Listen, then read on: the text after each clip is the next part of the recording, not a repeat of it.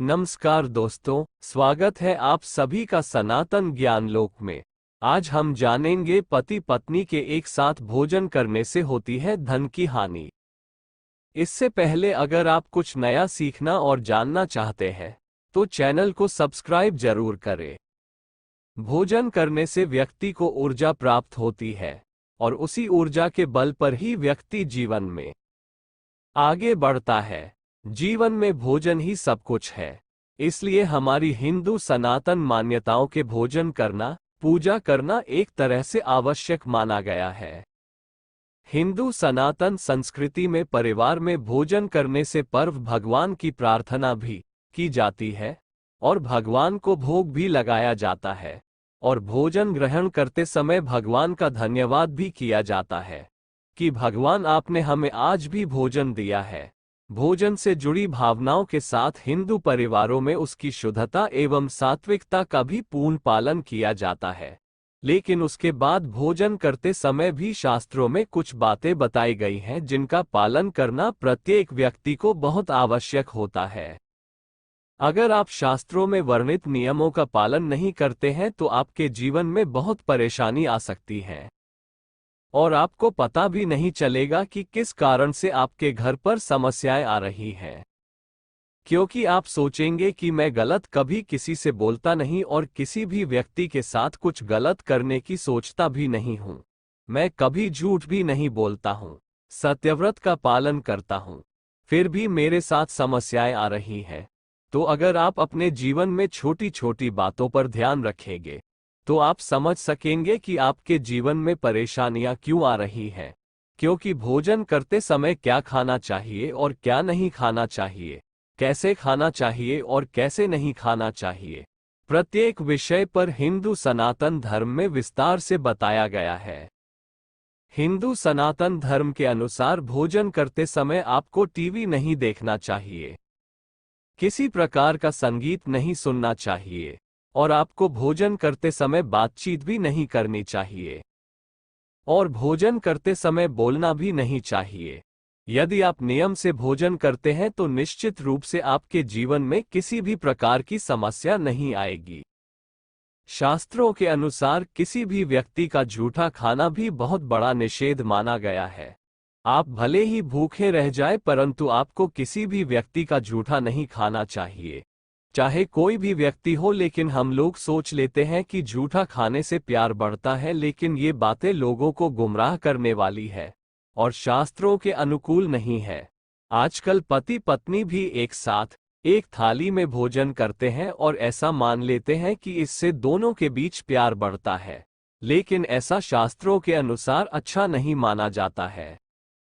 शास्त्रों के अनुसार पति पत्नी को कभी भी एक साथ और एक ही थाली में भोजन नहीं करना चाहिए। पति पत्नी को एक साथ एक थाली में भोजन करने से घर में दरिद्रता का वास हो जाता है। इसलिए हमेशा शास्त्रों के अनुसार ही भोजन करना चाहिए, क्योंकि अगर आप शास्त्रों के नियम के अनुसार अपना जीवन जीते हैं तो निश्चित ही आपको जीवन में समस्याएं नहीं सताएंगी और आपका जीवन चिंता मुक्त होगा और आरामदायक हो जाएगा। ज्योतिष शास्त्र के अनुसार पति पत्नी को एक साथ और एक थाली में भोजन करने से प्यार नहीं बढ़ता है। ये केवल मात्र एक तांत्रिक प्रक्रिया है। शास्त्रों के अनुसार व्यक्ति की कुंडली में दूसरा भाव अपनी वाणी का होता है, सुख का होता है, कलह का होता है, धन की बचत का होता है और जीवन में मिलने वाले सुखों को संबोधित करने का होता है। अगर दूसरे भाव में व्यक्ति की वाणी और भाषा पर नकारात्मक प्रभाव होता है तो आपकी भाषा में कड़वाहट का भाव आता है और बहुत सारे दुष्प्रभाव आपके जीवन में देखने को मिलते हैं। यदि हम किसी का झूठा खाते हैं तो हमारे जीवन में कई तरह के बुरे प्रभाव भी पड़ते हैं, जैसे कि व्यक्ति के सुखों में कमी आती है, घर परिवार में कलह बढ़ जाती है और भोग विलास में भी कमी आती है।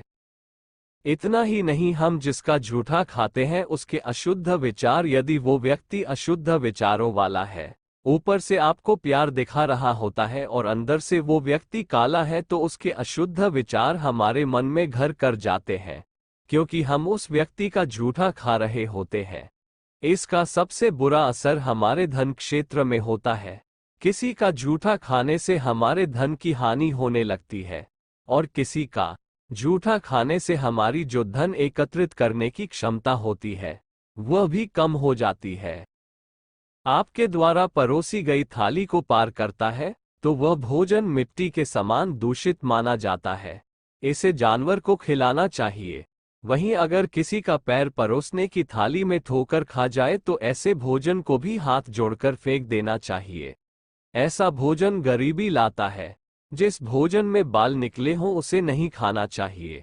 इससे घर में धन की हानि होती है। भीष्म पितामह बताते हैं कि अगर कोई व्यक्ति भोजन की थाली को लांघकर चला गया है तो इस तरह के भोजन को करने से बचना चाहिए, क्योंकि वह भोजन कीचड़ के समान हो जाता है। ऐसी थाली में लगे भोजन को ग्रहण नहीं करना चाहिए। अच्छा होगा कि उस भोजन को जानवरों को दे दें। ऐसा भोजन अमृत के है समान। भीष्म पितामह ने बताया कि भाइयों को हमेशा साथ में ही भोजन करना चाहिए। ऐसी भोजन की थाली अमृत के समान मानी गई है। ऐसे भोजन से परिवार की तरक्की होती है और स्वास्थ्य तो अच्छा रहता ही है, साथ ही लक्ष्मी भी घर में प्रवेश करती है।